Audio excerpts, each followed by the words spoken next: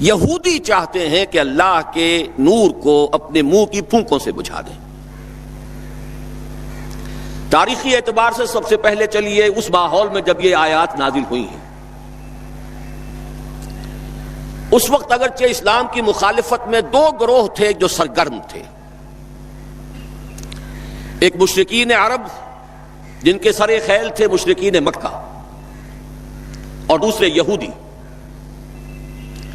چنانچہ یہی بات ہے جو سورہ مائدہ میں فرمائی گئی، لَتَجِدَنَّ أَشَدَّ النَّاسِ عَدَاوَةً لِلَّذِينَ آمَنُوا الْيَهُودَ وَالَّذِينَ أَشْرَكُوا، تم پاؤ گے کہ اہل ایمان سے دشمنی میں شدید ترین تمام انسانوں میں یہودی ہیں اور مشرک ہیں۔ مکے کے مشرک یا جزیرہ نما عرب کے مشرک اس وقت جن کے سر خیل تھے، جن کے لیے قرآن مجید میں سورہ توبہ میں ائمہ کا لفظ آیا ہے، فقاتلوا ائمۃ الکفر،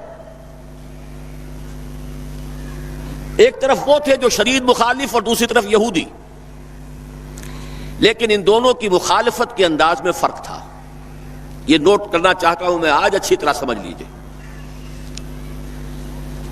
پہلا فرق یہ تھا کہ مشرکین عرب سامنے سے وار کرتے تھے جمع مردی کے ساتھ، ان کے مقابلے میں ان کی مخالفت میں کمینگی نہیں تھی۔ وہ اپنے باطل معبودوں کے لیے بھی گردن کٹا رہے تھے۔ ابو جہل نے کہا تھا ذرا نیچے سے گردن کاٹنا تاکہ اونچی نظر آئے کہ سردار کی گردن ہے جب تم کسی چیز پر اس کو اوپر لٹکاؤ گے۔ 70 جانیں انہوں نے پیش کی ہیں بدر میں اپنے دین باطل کے لیے اور اپنے معبودان باطل کے لیے۔ اس کے برعکس یہودیوں کی مخالفت تھی کمینگی والی مخالفت، ان میں مقابلے کی ہمت نہیں تھی، جرأت نہیں تھی۔ لا یقاتلونکم جمیعا، سورہ حشر میں فرمایا یہ یہودی کبھی تم سے مسلمانوں جمع ہو کر جمعیت کی شکل میں ڈٹ کر میدان میں آ کر مقابلہ نہیں کر سکیں گے، الا فی قرى محصنۃ او من وراء جدر، بڑے مضبوط قلعہ بندیوں میں اپنے آپ کو محفوظ کر کے اور فصیلوں کے پیچھے سے، دیواروں کے پیچھے سے، عورتوں کی طریقے سے پتھراؤ کریں گے، اس کے سوا کچھ نہیں کر سکتے۔ تو پہلا فرق یہ تھا کہ مشرکین مکہ اور مشرکین عرب بالعموم مخالفت کر رہے تھے، لیکن ان کی مخالفت جمع مردوں والی مخالفت تھی، سامنے کے دشمن کی حیثیت سے کھلم کھلا علی الاعلان، جبکہ یہودیوں کی مخالفت میں کمینگی تھی، سازشی انداز تھا، خود لڑنے کی بجائے دوسروں کو ابھار ابھار کر لاتے تھے۔ اور دوسرا بڑا فرق کیا تھا؟ اس پہلے فرق کو تو نمایاں کیا اسی لفظ سے کہ گویا کہ اپنے منہ کی پھونکوں سے بجھانا چاہتے ہیں۔ ابو جہل بھی بجھانا چاہتا ہے اللہ کے نور کو، لیکن اپنے زور بازو کی بنیاد پر۔ اور یہ لوگ کردار کے اعتبار سے اتنے گر چکے ہیں کہ زور بازو کی بنیاد پر نہیں، منہ کی پھونکوں سے بجھانا چاہتے ہیں۔ بہترین تعبیر کی ہے اس کی مولانا ظفر علی خان نے کہ نور خدا ہے کفر کی حرکت پہ خندہ زن، پھونکوں سے یہ چراغ بجھایا نہ جائے گا۔ دوسرا فرق یہ تھا کہ اگرچہ مشرکین میں بھی ایسے لوگ تھے جو پہچان چکے تھے کہ محمد اللہ کے رسول ہیں، سچے ہیں، صادق ہیں، لیکن وہ استثنائی معاملات تھے، وہ غافل تھے۔ قرآن مجید میں بار بار ان کے کفر کے لیے ایک توجیہ پیش کی گئی ہے کہ ان کے پاس کوئی رسول آیا ہی نہیں، ان کے لیے رسالت اور نبوت بڑی ایک عجیب سی شے تھی، وہ چیزیں ان کے ذہن سے بالکل خارج ہو چکی تھی۔ لیکن یہود کا معاملہ اس کے برعکس تھا، وہ 100% پہچانتے تھے محمد رسول اللہ کو صلی اللہ علیہ وسلم، بالخصوص ان کے علماء، یعرفونہ کما یعرفون ابناءہم، پہچانتے ہیں اسے جیسے کہ اپنے بیٹوں کو پہچانتے ہیں، علی وجہ البصیرۃ، وہ کسی مغالطے میں نہیں تھے، پوری ڈٹائی کے ساتھ پہچانتے ہوئے۔ آپ کو تو معلوم ہے کہ حضور صلی اللہ علیہ وسلم کی جو نشانیاں ہیں ان کا تو معاملہ بہت آگے کی بات ہے۔ حضور کے ادنا رفقا کا معاملہ کیا تھا کہ حضرت عمر رضی اللہ تعالیٰ عنہ کے بارے میں پوری ان کی صفات ان کے ہاں موجود تھیں، اور عیسائی علماء نے ان کے ساتھ ٹیلی کر کے ہی حضرت عمر کو سامنے کھڑے ہو کے دیکھ کر اور پھر جو ہے یروشلم کا قبضہ لیا تھا کہ ہاں یہ وہی درویش بادشاہ ہے جس کا ذکر موجود ہے ہماری کتابوں میں کہ یروشلم اس کے ہاتھوں فتح ہوگا۔ تو یہ دو فرق ذہن میں رکھیے، یریدون لیطفئوا نور اللہ بافواہہم واللہ متم نورہ۔ دوسری بات جو سوچنے کی ہے اس آیت میں کہ نور اللہ سے مراد کیا ہے؟ اللہ کا نور ایک اعتبار سے ذہن منتقل ہوتا ہے قرآن حکیم کی طرف۔ نور اصل میں قرآن مجید میں ہدایت کے لیے بھی آتا ہے، تورات کے لیے آیا فیہا ہدی و نور، انجیل کے لیے آیا فیہ ہدی و نور، روشنی ہی سے انسان راستہ دیکھ سکتا ہے۔ الہدا قرآن حکیم، ہدایت کاملہ، اس کے لیے خاص طور پر لفظ آیا ہے۔ سورہ تغابن میں فرمایا فآمنوا باللہ ورسولہ والنور الذی انزلنا واللہ بما تعملون خبیر۔ ایک مفہوم تو یہ ممکن ہے قرآن مجید کے اس اصول کے تحت کہ القرآن یفسر بعضہ بعضا، ویسے یہ کہ اس کا عام مفہوم اسلام، ہدایت، جس معنی میں چاہے لے لے، لیکن میرا ذہن زیادہ جس چیز کو قبول کر رہا ہے وہ ایک ایسے شخص کی تعبیر ہے جو اگرچہ کوئی معروف عالم دین نہیں تھا، میں نہ عارف نہ مجدد نہ محدث نہ فقیہ، اقبال اپنے بارے میں صاف کہہ رہا ہے، میں نہ عارف نہ مجدد نہ محدث نہ فقیہ، لیکن واقعہ یہ ہے اور آپ کے علم میں ہوگا، میرا موقف یہ ہے اس دور میں قرآن مجید کا نور بصیرت اللہ تعالیٰ نے بڑے وافر پیمانے پر انہیں عطا کیا تھا۔ انہوں نے تعبیر کیا ہے اس نور کو نور توحید سے، چنانچہ یہ اتمام کا لفظ اس کے ساتھ واللہ متم نورہ، جواب شکوہ کے شعر میں کہ وقت فرصت ہے کہاں، کام ابھی باقی ہے، نور توحید کا اتمام ابھی باقی ہے۔ واللہ متم نورہ ویابی اللہ الا ان یتم نورہ، یہ بھی نوٹ کر لیجئے، عربی زبان میں شدید تاکید کرنی ہو تو اس میں فاعل کی شکل میں لایا جاتا ہے، واللہ یتم نورہ بھی ہو سکتا تھا، نہیں واللہ متم نورہ، کر کے رہے گا۔ اور پھر اس کو منفی اسلوب میں بھی بیان کر دیا تاکہ کوئی شک و شبہ نہ رہے، مثبت بھی آ گیا واللہ متم نورہ، اور منفی ویابی اللہ الا ان یتم نورہ، اللہ کو ہرگز منظور نہیں ہے مگر یہ کہ وہ اپنے نور کا اتمام فرمائے۔ وقت فرصت ہے کہاں، کام ابھی باقی ہے، نور توحید کا اتمام ابھی باقی ہے۔ میں چونکہ یہاں اسی تعبیر کو اختیار کر رہا ہوں، اس کے اعتبار سے ایک سوال پیدا ہوتا ہے، کیا نور توحید کسی بھی اعتبار سے نامکمل تھا، ناقص تھا، جس کے اتمام اور تکمیل کی ضرورت تھی؟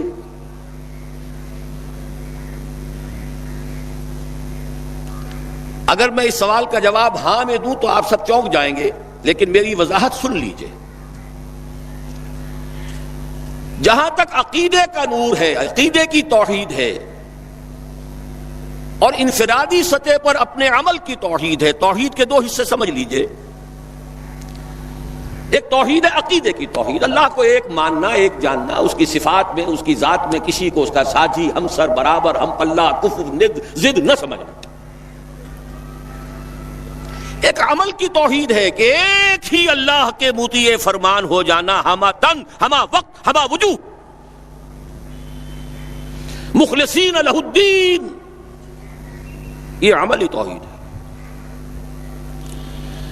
تو عقیدے کی توحید اور انفرادی سطح پر عمل کی توحید ہر دور میں مکمل رہی، حضرت آدم کی بھی مکمل تھی، حضرت نوح کی بھی مکمل تھی، تمام انبیاء کرام کی مکمل تھی، نہ ان کی عقیدے کی توحید میں کوئی کسر ہو سکتی تھی، نہ انفرادی سطح پر عمل کی توحید۔ لیکن ایک توحید ہے اجتماعی سطح پر عمل کی توحید، پورے نظام زندگی کا اللہ کے حکم کے تابع ہو جانا، یہ ابھی مکمل ہونا تھا، اس کی تکمیل ہونی تھی۔ افراد موحد تھے اپنی زندگیوں میں بھی، اپنے عقیدے میں بھی. نظام جیسا آج آپ غور کیجئے، بڑے بڑے فنے خواہ موحد موجود ہیں ہمارے ہاں، فنے خواہ سمجھتے ہیں اپنے آپ کو کہ معلوم ہوتا ہے شرک ہمارے قریب بھی نہیں آ سکتا. اجتماعی سطح پر ہم سب مشرک ہیں، پوری قوم مشرک ہے، مشرکانہ نظام ہے. جب تک وہ یکون الدین کلہ للہ نہیں ہوتا یہ نظام مشرکانہ ہے، قانون اللہ کا نہیں ہے. آپ کی عدالتوں میں اللہ کے حکم کی کوئی حیثیت نہیں ہے، آپ کی منڈیوں میں اور بازاروں میں اللہ کا حکم نہیں چلتا ہے.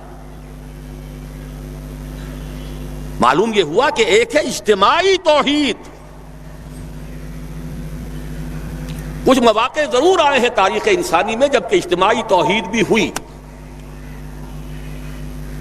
حکومت قائم ہوئی حضرت داؤد کی اور حضرت سلیمان کی، وہ اجتماعی توحید کی تھی. لیکن ایک بات نوٹ کر لیجئے گا، یہ میرا اصل میں کل کی تقریر کا موضوع ہے. یہ کام تاریخ انسانی میں صرف ایک مرتبہ ہوا ہے کہ ایک فرد واحد اپنی دعوت کا آغاز کرے اور تمام مراحل سے گزار کر اپنی اس دعوت اور تحریک کو اور توحید کامل تک معاشرے کو پہنچا دے. یہ اس سے پہلے کبھی نہیں ہوا. حضرت داؤد کو تو راہ چلتے حکومت مل گئی تھی، جنگ تو ہو رہی تھی حضرت طالوت اور جالوت کی. وہ تو ایک گڈریا اپنا گوپیا لے کر آ گیا ہے وقت پر اتفاقاً، اور اس گوپیے کی جو پتھر تھا وہ جالوت کے آنکھوں کے اس کی زرہ میں جو سوراخ تھا اس میں سے ہو کر اس کے بھیجے میں گزر گیا، مارا گیا، حکومت مل گئی. کیا حضرت داؤد ایک داعی کی حیثیت سے سامنے آئے تھے؟ کیا انہوں نے اپنی کوئی جماعت بنائی تھی؟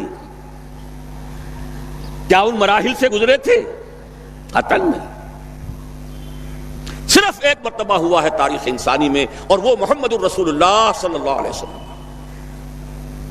فرد واحد سے بات شروع کر کے یہ جو آتا ہے خطبات جمعہ میں آپ سنتے وحد اللہ، توحید باب تفصیل سے، اور اپنی توحید کو خالص کرو اور خالص کرو اور خالص کرو اور خالص کرو، شرک سے اسے ہر اعتبار سے پاک کر دو.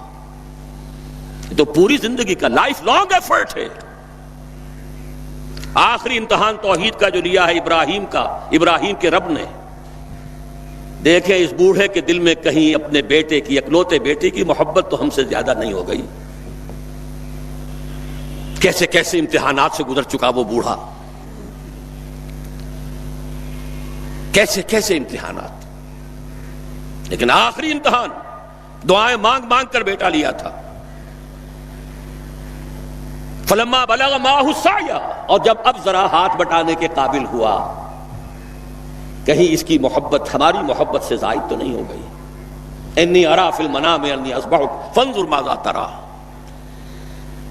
اس لیے جو آتا ہے قرآن مجید میں بار بار حضرت ابراہیم کے لیے آخری سند کے الفاظ آتے ہیں وما کان من المشرکین، شرک کے ہر شائبے سے پاک. تو یہ توحید عملی اجتماعی سطح پر ہونی باقی تھی. اس کا تعلق ہے اگلی آیت سے. یہ کب ہوگی؟ هو الذی ارسل رسولہ بالہدی ودین الحق لیظہرہ علی الدین کلہ ولو کرہ المشرکون. اللہ نے اپنے ان آخری رسول کو محمد صلی اللہ علیہ وسلم کو تو بھیجا ہی ہے الہدا، وہ دین حق اور الہدا اور دین حق دے کر تاکہ غالب کریں. جب تک دین غالب نہیں توحید ناقص ہے. عقیدے کی توحید ہو سکتا ہے کہ ہو، انفرادی سطح پر بھی ہو سکتا ہے، ایک آدمی جہاں جہاں بھی اللہ کا حکم مان سکتا ہو مان رہا ہو، لیکن آخر وہ کسی قوم کا فرد ہے، کسی ریاست کا شہری ہے، کسی خاندان کا فرد ہے، چہار طرف سے جکڑا ہوا ہے رشتوں میں اور تعلقات میں. اس کی زندگی کے کتنے گوشے ہیں کہ جن کو ابھی وہ مشرکانہ نظام اپنی گرفت میں لیے ہوئے.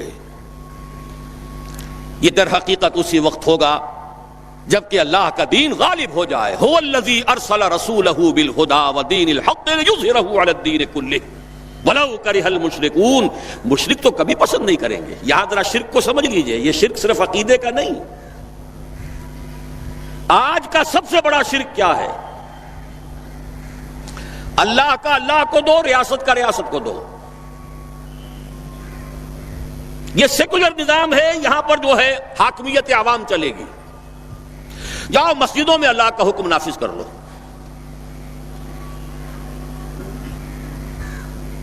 یہ سب سے بڑا شرک، کبھی گوارا نہیں کریں گے. وہ توحید ہو جائے، اللہ ہی کا حکم چلے، سب پر یکساں جاری ہو جائے، سب یکساں اللہ کے حکم کے تابع ہو جائیں.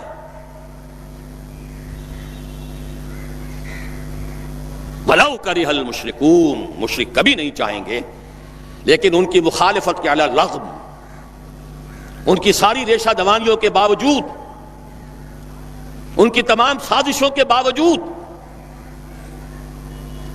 اللہ کا دین غالب ہو کر رہے. اب ذرا تاریخی اعتبار سے جائزہ لیجئے. ابھی ہم تھے اس ماحول میں جبکہ ابھی یہ آیات نازل ہو رہی تھی. پہلی بات تو یہ سمجھ میں آ گئی کہ محمد الرسول اللہ صلی اللہ علیہ وسلم کا مقصد بعثت ہے غلبہ دین. یہ نوٹ کرنے کی بات ہے، کسی اور رسول کے لیے اللہ نے قرآن مجید میں یہ الفاظ استعمال نہیں کیے.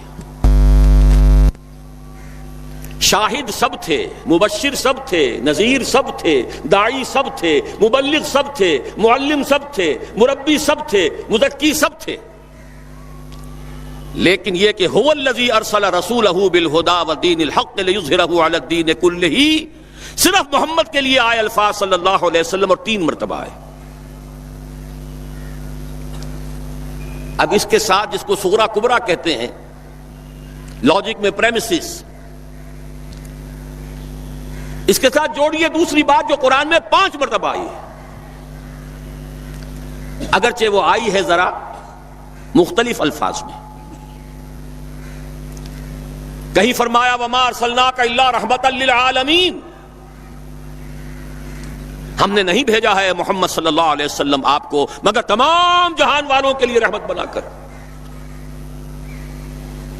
آپ کی بعثت جغرافیائی، نسلی، قومی، علاقائی حدود سے ماورا، بالا تر.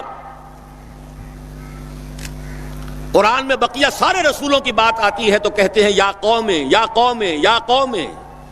نوح نے کہا یا قوم اعبدوا اللہ، ہود نے کہا یا قوم اعبدوا اللہ، صالح نے کہا یا قوم اعبدوا اللہ ما لکم من الہ غیرہ. اور قرآن کہتا ہے یا ایھا الناس، یا ایھا الناس اعبدوا ربکم الذی خلقکم والذین من قبلکم لعلکم تتقون. لیکن صریح ترین جو لفظ آیا ہے وما ارسلناک الا کافۃ للناس بشیرا ونذیرا، ہم نے نہیں بھیجا ہے محمد صلی اللہ علیہ وسلم آپ کو مگر پوری نوع انسانی کے لیے بشیر اور نذیر بنا کر. اب ذرا اس کو جوڑیے، محمد کو بھیجا کاہے کے لیے؟ غلبہ دین کے لیے صلی اللہ علیہ وسلم. اور بھیجا کن کے لیے؟ تمام انسانوں کے لیے. کیا نتیجہ نکلتا ہے منطق سے؟ محمد الرسول اللہ صلی اللہ علیہ وسلم کا مقصد بعثت مکمل اسی وقت ہوگا جب پورے عالم انسانیت پر اللہ کا دین غالب آ جائے. ورنہ بات وہی ہے جو اقبال کا شعر سنا چکا ہوں، وقت فرصت ہے کہاں کام ابھی باقی ہے، نور توحید کا اتمام ابھی باقی ہے.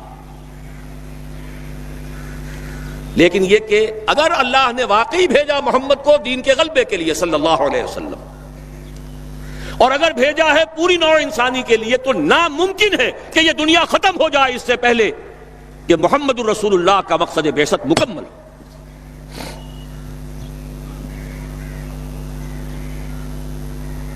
یہی بات ہے کہ جس کی خبر پیشن گوئی کے طور پر قرآن میں تو نصوص ہیں، لیکن ان سے نتیجہ نکالنا پڑے گا.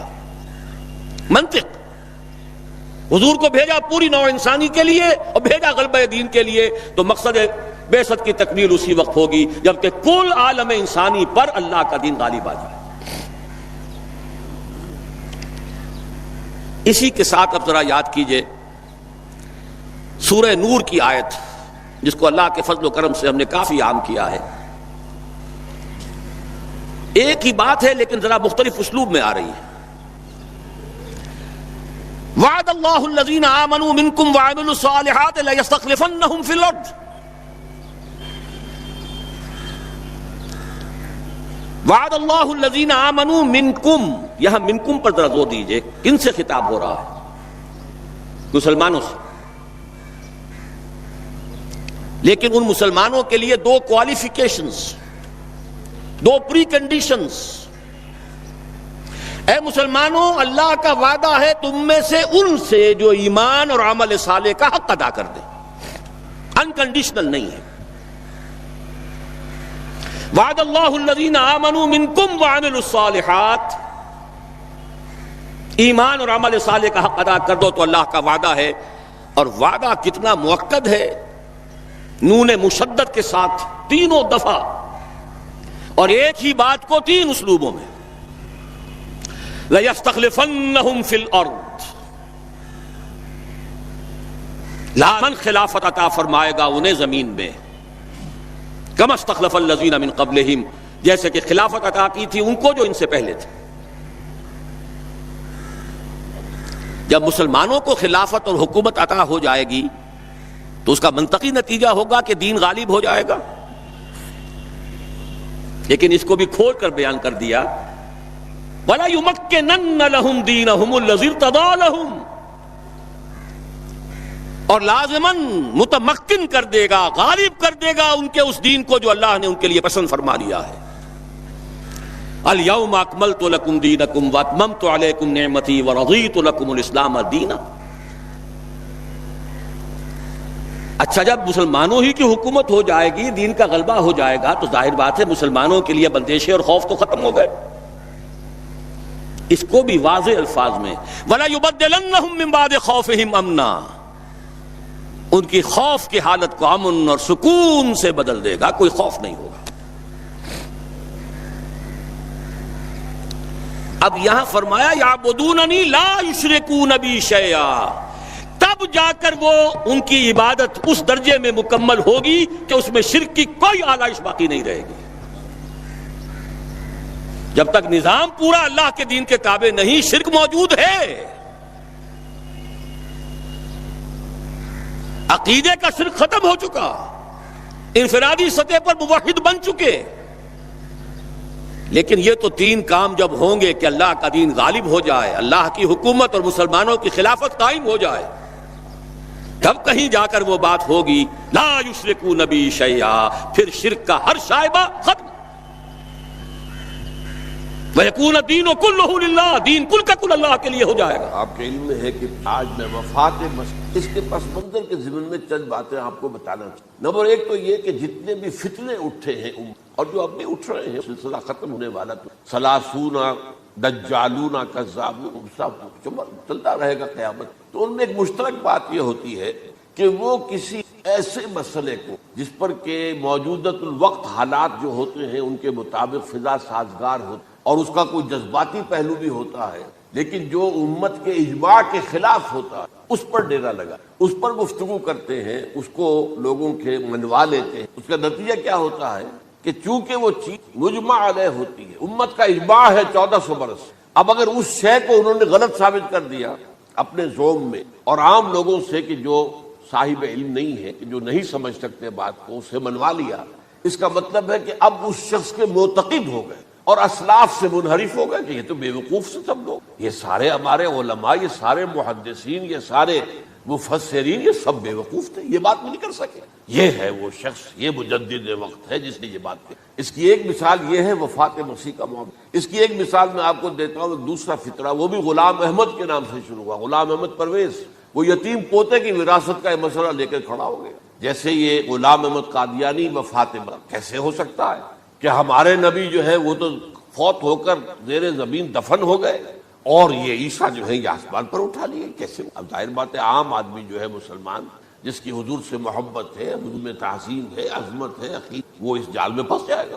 پھر وہ اپنے دلائل کے ساتھ اور چونکہ ماحول بھی جو میں سب عرض کروں گا کہ اس کے موافق ہو جاتا ہے. غلام احمد پرویز نے کیا کہ یتیم پوتے کا مسئلہ، اب یہ اجماع ہے اگر کسی شخص کا کوئی بیٹا اس کی زندگی میں فوت ہو تو اس کا وراثت میں حصہ نہیں ہوتا، وراثت ہوتی ہے انہی میں جو اس کی موت کے وقت موجود. بیٹے ہوں بیٹیاں. اب اگر جو فوت شدہ بیٹا ہے اس کے کوئی یتیم بچے ہیں تو اب اس میں بڑی ایک جو ہے دلیل، یتیم بچے بیچارے وہ محروم ہو گئے، یتیم بچوں کا تو زیادہ حق ہونا چاہیے. تو یہ تو قانون جو ہے اگر یہ اس پر اجماع ہے تو پھر وہی بات کہ یہ سب بے وقوف لوگ تھے اور یہ تو بڑے سخت دل اور سنگ دل لوگ تھے جنہوں نے یہ بات گھڑ رکھی. یہ میں نے آپ کو دو مثالیں دی. اب ظاہر بات ہے کہ جو اسلام کا قانون میراث ہے، قانون وراثت، بنیادیں اصولوں پر وہ کھڑا ہے اور اس کے مطابق جو فیصلہ ہے وہ ہے.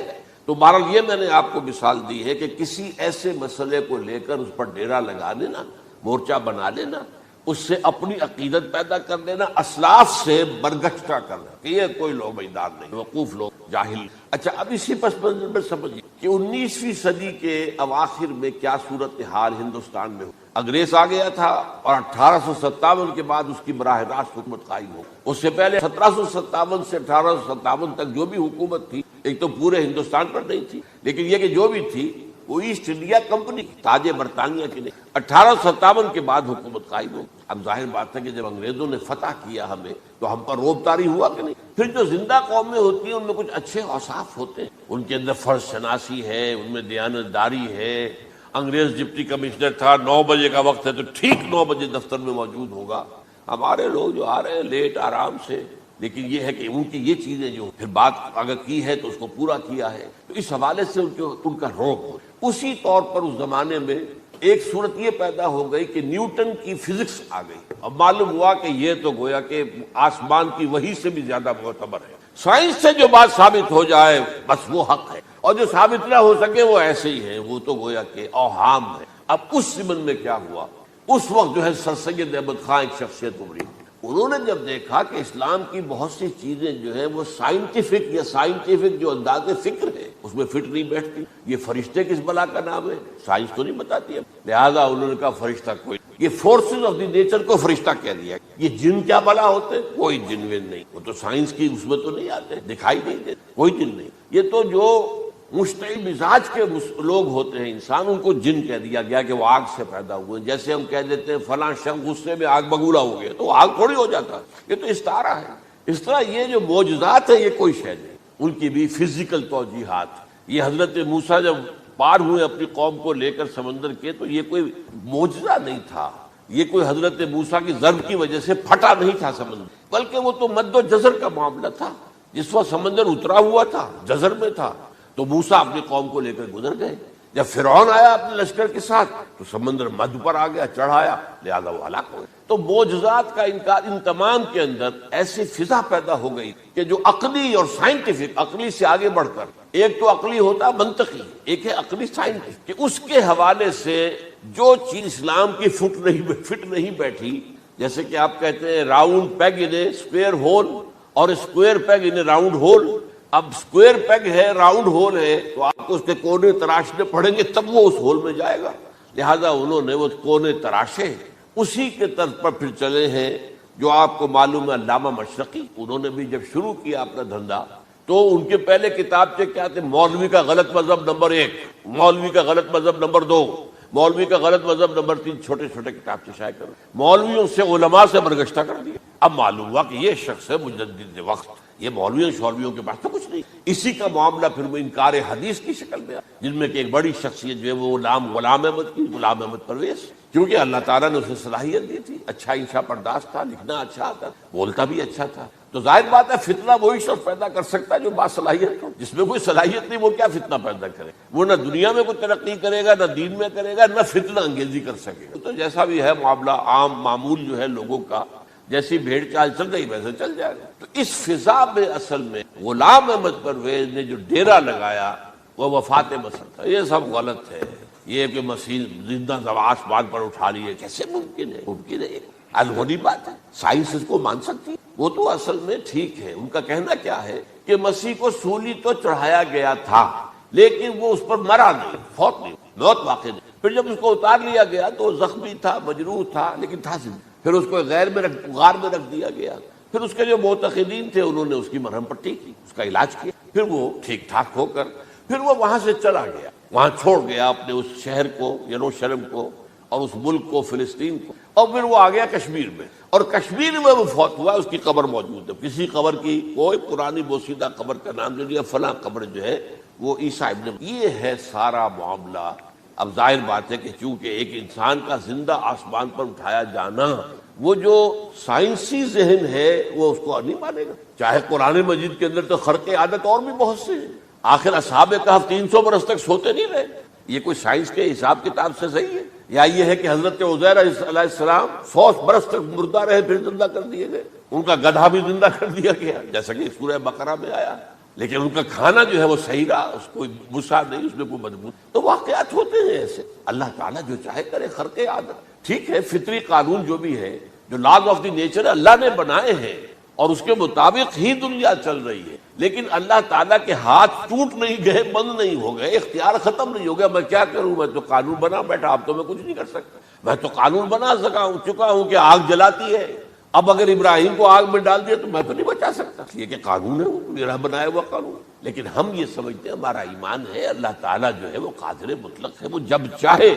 اپنے ہی بنائے ہوئے کسی قانون کو توڑے۔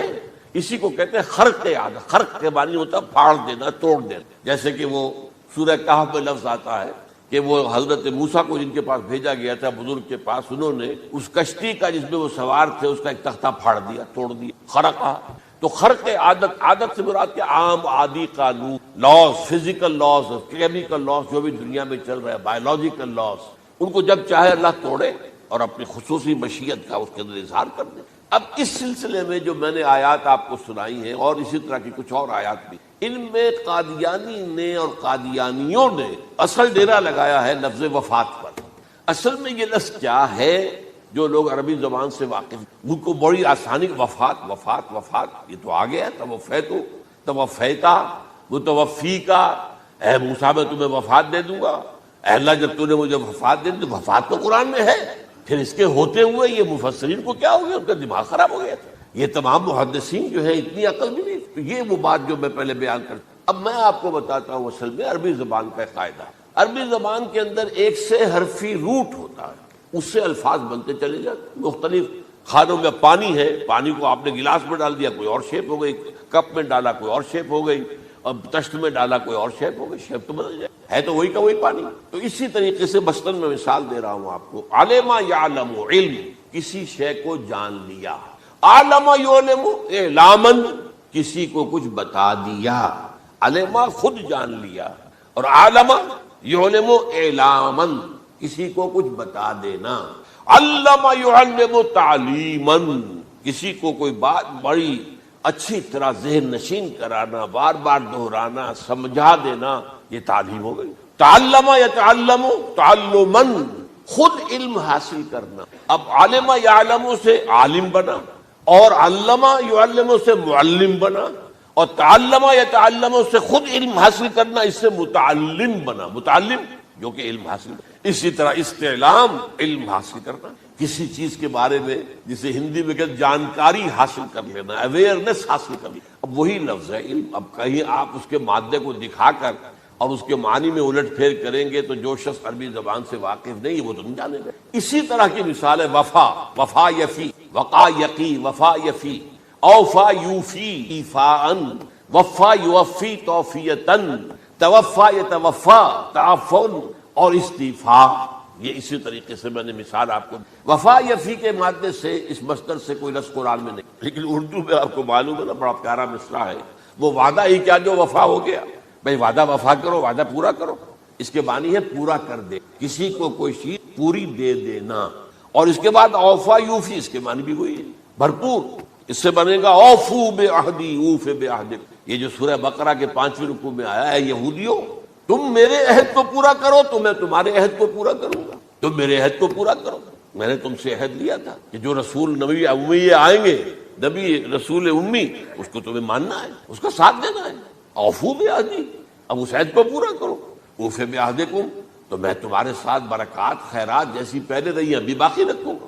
وفا یوفی، پورے اہتمام سے پورا کر دے، کسی کو دے دینا چیز پورے اہتمام کے ساتھ، جیسے علم یعلم، پورے اہتمام کے ساتھ درجہ بدرجہ ایک بات ذہن نشین بنا۔ یوفی، اس کا جیسے وَإِبْرَاهِيمَ الَّذِي وَفَّى، ذرا اس ابراہیم کا تذکرہ کرو جس نے سارے تقاضے جو اللہ کے تھے پورے کر دیے، بھرپور، جو امتحان آیا اس میں وہ ثابت قدم نکلے۔ توفا یا توفا، یہ آیا کسی شے کو پورا پورا لے لینا۔ اب ایک ہے پورا پورا دے دینا، ایک ہے پورا پورا لے لینا، ایک ہے کسی کو علم دینا، علم یعلم تعلیما، کسی کو پورا دینا، وفا یوفی توفیتن، کسی سے علم حاصل کرنا، تعلم یتعلم تعلما، کسی سے پورا پورا لے لینا ہے، توفا یا توفی، اور اسی طرح استیفاء، کسی سے پورا لے لینا۔ یہ لفظ آیا ہے ویل للمطففین الذین اذا اکتالوا علی الناس یستوفون واذا کالوہم ووزنوہم یخسرون۔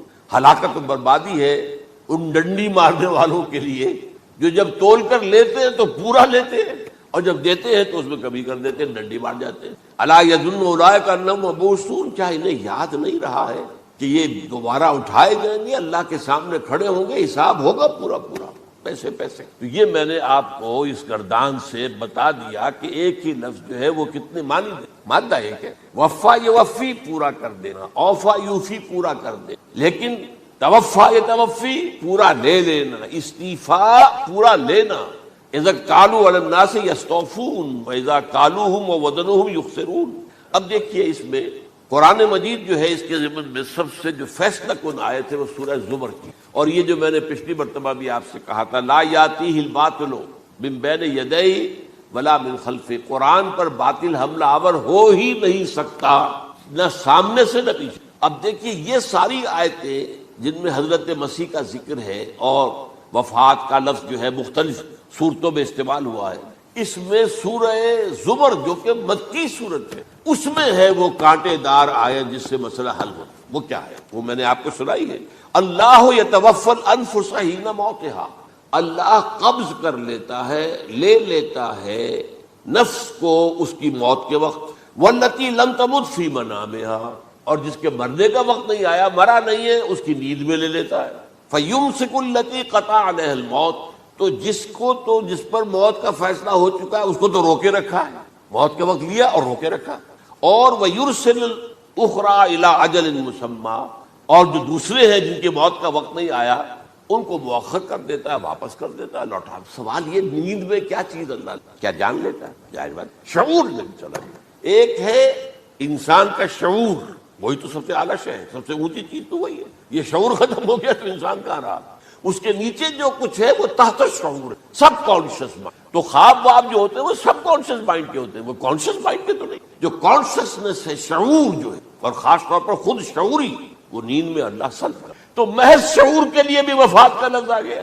ابھی تو جان یہی ہے، جو سویا ہوا ہے وہ مرا تو نہیں ہے، زندہ ہے۔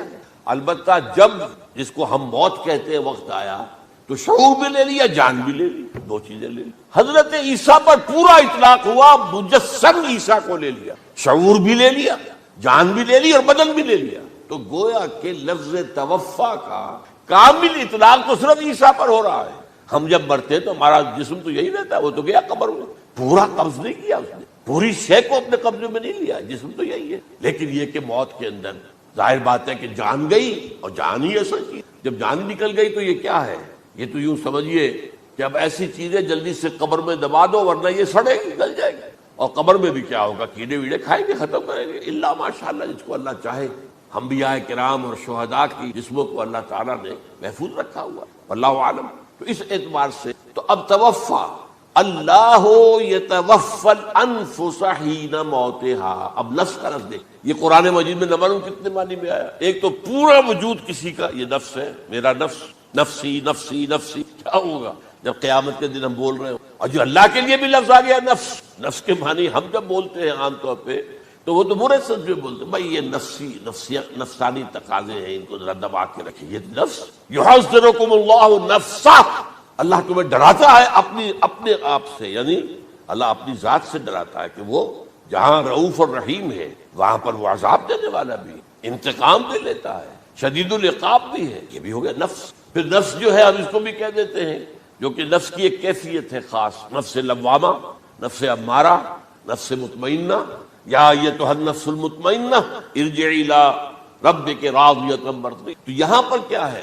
نفس سے مراد پہلا جو ٹکڑا ہے اللہ یتوفی الانفس حین موتہا، شعور جو ہے اسے اس پر لفظ نفس کا اطلاق ہوا، اور جب موت ہوتی ہے تو شعور کے ساتھ جان بھی اس کے اندر شامل، وہ نفس کا اطلاق ہو گیا۔ اور اصل میں لفظ توفا جو ہے اس کا حقیقی مفہوم اگر پورا ہوا ہے اس معنی میں کہ پورا کا پورا لے لینا، تو وہ تو صرف حضرت مسیح علیہ السلام کے بارے میں، شعور جمع جان جمع جسم، وہ سب کے سب اللہ تعالیٰ نے۔ تو یہ اصل میں اس آیت کے اوپر جو ان لوگوں نے زور لگایا ہے اس میں اس اعتبار سے کہ یہ لفظ وفات جو ہے اس کے اوپر جو ہے عام طور پر وفات کے معنی ہے موت ہے، حالانکہ قرآن مجید میں موت کا لفظ بھی تو آیا ہے نا، ان موتہا واللتی لم تمت، یہ سارے الفاظ موت کا لفظ بھی، لیکن یہ کہ وفات کا کوئی شک نہیں، حضور کی وفات ہو گئی، فلاں کی وفات ہو گئی، یہ بھی ہے، لیکن یہ اس کا ایک استعمال ہے، وفا یفی، اوفا یوفی، وفا یوفی، توفا ویتوفی، استعفا یستعفی، سارے اسی سے وفا کے لفظ سے بن رہے ہیں۔ اب یہ کہ اس کے ضمن میں عقلی بات آپ کے سامنے رکھ، یہ تو میں نے آپ کے سامنے اس لفظ کے حوالے سے، کیونکہ سارا ڈیرا اس لفظ پر ہے ان کا۔ دیکھیے پہلی بات عقلی طور پر یہ ہے جو قرآن سے ثابت ہے، رسول کبھی قتل نہیں ہو سکتا اور رسول کبھی مغلوب نہیں ہو سکتا، اس میں فرق ہے نبی اور رسول کا۔ نبی قتل ہو سکتا ہے، رسول، اب یہ علیحدہ بحث ہے، نبی کون ہوتا ہے، رسول کون ہوتا ہے۔ اس میں جو اجماع ہے تمام امت کا وہ کیا ہے کہ رسول خاص ہے، نبی عام ہے۔ نبی بہت آئے ہیں، 1.25 لاکھ آئے ہیں بعض روایات، رسول بہت تھوڑے، 313۔ قرآن مجید میں یوں سمجھیے کہ 20 کے قریب تو انبیاء کا ذکر ہے، اور 5-7 ہیں جو رسول ہیں۔ حضرت نوح رسول ہے، آدم تو رسول نہیں، حضرت شیس رسول تو نہیں تھے، نبی تو، حضرت ادریس رسول تو نہیں تھے، نبی تو، رسول جو ہے پہلے وہ تو حضرت نوح ہے۔ تو اس طریقے حضرت جو ہود ہے، پھر حضرت صالح ہے، اس حوالے سے نبی اور رسول کے فرق کو تو قرآن کہتا ہے کتب اللہ لاغلبن انا ورسولی، اللہ نے طے کر دیا ہے، لکھ دیا ہے، میں اور میرے رسول غالب آ کر رہیں گے، رسول مغلوب نہیں۔ نمبر 2، وَلَقَدْ سَبَقَتْ كَلِمَتُنَا لِعِبَادِنَا الْمُرْسَلِينَ أَنَّهُمْ هُمُ الْمَنْصُورُونَ وَأَنَّ جُنْدَنَا لَهُمُ الْغَالِبُونَ، یہ بات ہمارے طرف سے طے کی جا چکے، پہلے سے طے ہو چکے، پہلے سے معین قانون ہے اپنے ان رسولوں کے بارے میں جنہیں ہم نے بھیجا ہو، رسولوں کو، نبیوں کے بارے میں نہیں، کہ وہی منصور ہوں گے، ان کی مدد کی جائے گی لا محالہ، اور ہمارا جو لشکر ہوگا یعنی رسول کے ساتھ جو لوگ ہوں گے وہ اللہ کا لشکر ہے، وہ حزب اللہ ہے۔ وَأَنَّ جُنْدَنَا لَهُمُ الْغَالِبُونَ، لازماً وہ غالب ہو کر رہے۔ یہ دو چیزیں جو ہے قرآن میں دو آیات نص سے قطعی ہے کہ رسول کبھی مغلوب نہیں ہو سکتا، رسول کبھی قتل نہیں۔ اب عجیب بات دیکھیے سورہ آل عمران میں، کیونکہ حضرت عیسیٰ کے ساتھ حضرت یحییٰ بھی موجود، حضرت یحییٰ حضرت مریم کے خالہ زاد بھائی تھے، حضرت زکریا کے۔ سورہ آل عمران اور سورہ مریم دونوں میں آپ دیکھتے ہیں کہ پہلے یحییٰ کا ذکر ہوتا ہے، پھر عیسیٰ کا ذکر۔ یہ ہم معاشر بھی تھے، لیکن یہ کہ سینئر تھے حضرت یحییٰ، لیکن حضرت یحییٰ کی مدح قرآن کرتے کرتے آخری بات کیا کہتا ہے، نبیم من الصالحین، لفظ رسول نہیں آیا۔ اور وہیں سائملٹینیس کنٹراسٹ ہے سورہ آل عمران میں حضرت عیسیٰ کے لیے، وہ سارے ان کی مدح رسولاً الی بنی اسرائیل، وہ رسول تھے اور وہ نبی قتل ہو گئے۔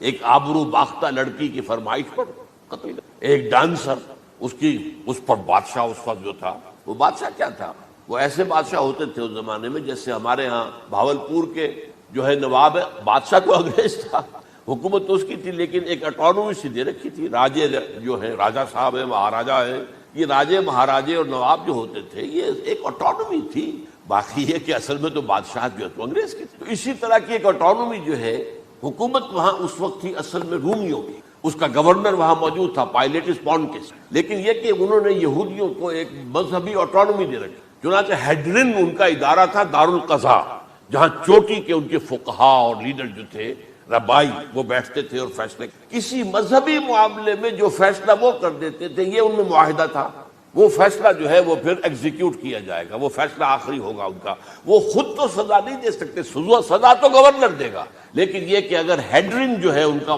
جو وہ ہے ادارہ ٹاپ کا، وہ اگر سزا دے دے، سلا دے، تو گورنر کو وہ سزا دینی پڑے گی، یہ ان کا۔ تو اس نے حضرت مسیح علیہ السلام کو مرتد قرار دیا جو ہیڈرن ان کا اونچا ادارہ تھا۔ اس اعتبار سے ان کو جو ہے، لیکن جیسا کہ میں بتا رہا تھا کہ حضرت عیسیٰ رسول تھے، وہ قتل نہیں ہو سکتے، مغلوب نہیں ہو سکتے، لیکن حضرت یحییٰ نبی تھے، ان کو وہی جو اس وقت کا جو یہودیوں میں سے جو بادشاہ تھا نام کا، جو ہیروڈ اینٹیپاس، یوں سمجھیے کہ اس نے کچھ بہت حرام کاری کی ہوئی، شاید اپنے بھائی کی کسی بیوہ کو، وہ مجھے ایگزیکٹلی یاد نہیں ہے، بغیر اس کے کہ وہ عدت مدت پوری ہو پھر نکاح ہو، اسے اپنے گھر میں ڈالا ہوا، اور اس کی جو لڑکی تھی اس کے اوپر بھی عشق آ گیا تھا، آپ کو دل آ گیا تھا، شادی بھی کرنا چاہتا تھا اس سے، اور اس کا ڈانس تھا، اس پر کہا مانگو کیا مانگتے. تو اس نے کہا اس لیے کہ حضرت یحییٰ جو ہے تنقید کرتے تھے بہت کہ یہ تم کیا حرام کام کر، تم نے جس طریقے سے جس عورت کو گھر میں ڈالا ہوا ہے تم گناہ کر رہے ہو، تم شریعت کے خلاف کام کر رہے ہو. اس کو کہا تھا یو ڈاٹر آف سن، اس لڑکی کو کہا تھا تم جو کہ گناہ کی بیٹی ہے. اور وہ ناراض تھے، اور وہ ملکہ بھی جو تھی اس وقت تھی، اور یہ اس کی بیٹی بھی بہت ناراض تھی. تو انہوں نے کہا مجھے وعدہ لے لیا کہ دیکھو جو کہہ رہے ہیں جو مانگوں گی مانگنا پڑے گا. ہاں مانگوں گا، مجھے یحییٰ کا سر چاہیے. ایک دفعہ تو وہ کانپ گئے، اسے اندیشہ تھا کہ اگر یحییٰ کو میں نے قتل کیا تو یہودیوں کے اندر ہو سکتا بغاوت ہو. لیکن پھر وہ تانا دیا تم کیسے بادشاہ ہو، اپنا وعدہ پورا نہیں کر، حکم دیا. اور وہ جیل میں تھے پہلے سے، وہاں گیا اور سر قلم کیا، لا کے پیش کر. تو نبی جو ہے ان کی بڑی مدح ہوئی ہے سورہ مریم کے اندر، جب آپ پڑھیں گے تو ان کی شان جو ہے، لیکن نبی تھے، رسول نہیں. اور حضرت عیسیٰ رسول تھے، رسول قتل نہیں ہو سکتا، نبی قتل ہو سکتا. تو یہ قاعدہ جو ہے وہ بھی قرآن نے اس سائملٹینیس کنٹراسٹ کے حوالے سے سورہ آل عمران میں حضرت یحییٰ اور حضرت عیسیٰ کا تقابل کر کے بتا دیا. تو ایک تو بات یہ ہے کہ اس اعتبار سے میں جو آپ کو آیت سنا چکا ہوں، یہ جو جرائم جو ہے سورہ نساء کے اندر یہودیوں کے اللہ تعالیٰ نے بیان کی، ان میں سے یہ بھی ہے وَقَوْلُهُمْ إِنَّا قَتَلْنَا الْمَسِيحَ عِيسَىٰ ابْنَ مَرْيَمَ. اور ان کا یہ کہنا کتنا بڑا جرم ہے. یہ کہہ رہے ہیں ہم نے عیسیٰ ابن مریم کو قتل کیا. لیکن یہاں ایک رسول اللہ کے رسول کو، عام طور پر اس کی کنسٹرکشن کو لوگ سمجھے، وہ سمجھتے